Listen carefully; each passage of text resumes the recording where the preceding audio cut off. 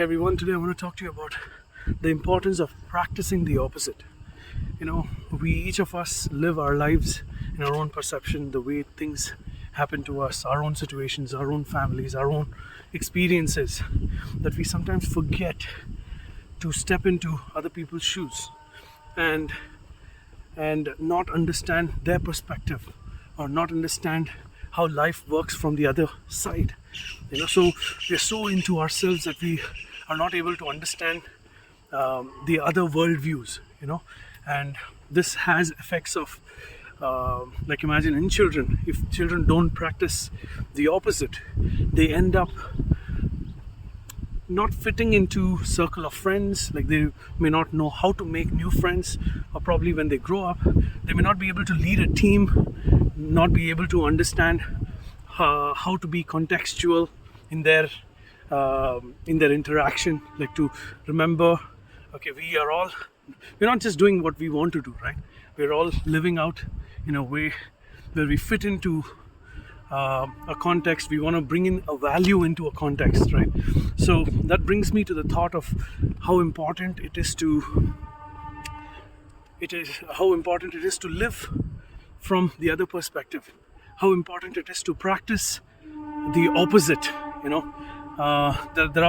are children who are extroverted, and so they look out.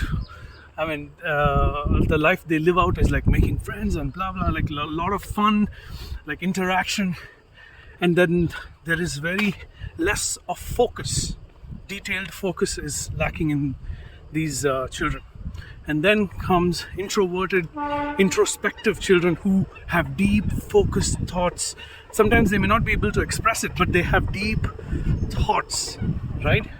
And these children lack a sense of making new friends and connecting with other people and getting other people's perspective, and so sometimes they become irrelevant in their context.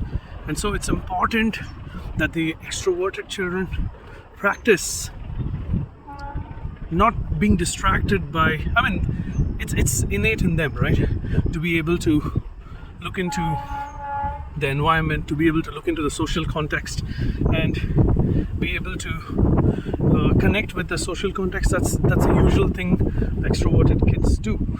And so it is so important for these children really to be able to focus and dial into what situation they are into, right?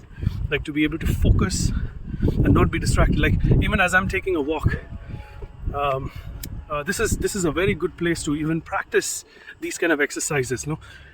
Imagine an extroverted child who's constantly connecting with the environment and not able to focus. This is a time where, as they walk, they can look straight, walk, and not be distracted by people. Sometimes extroverted children could be more like people pleasers. They want to be pleasing everybody around, so they will have to carry a smile and be very contextual in where they are. That's all good, but when it comes to being absolutely focused in what they are doing, that's exactly where they may be lacking, right? So to be able to do that, I would say, as you're taking a walk, you can actually look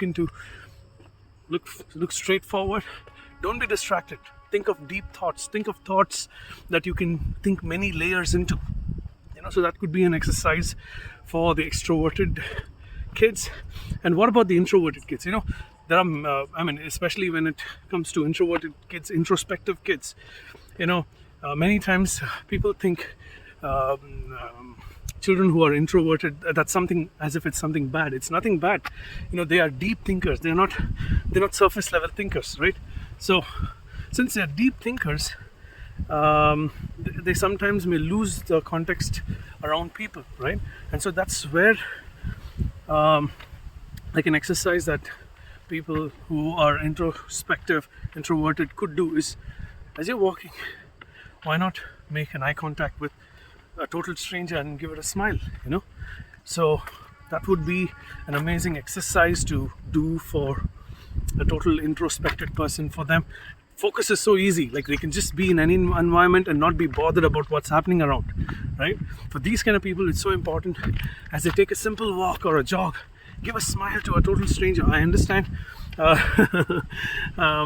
There's risk, like we've always heard saying, hey, don't talk to a stranger. That's all good, we get the security around it, but we also are living into a world where we need to make connection, we need to really be people of influence, right? So that's what I'm talking about. I hope this is helpful. So the basic thought is practice the opposite. Practice the opposite. As for me, I'm like an ambivert, right? I could be extroverted some days and very introverted some days. So some days I need to practice smiling and some days I need to practice focus. So that way I would like to be in context with people, and so that is how I live out. Go ahead, tell me something about yourself, guys. How where do you fit into this context of extroverted or introverted, and how do you practice the opposite? Let me know at the comment section. Let me hear this out.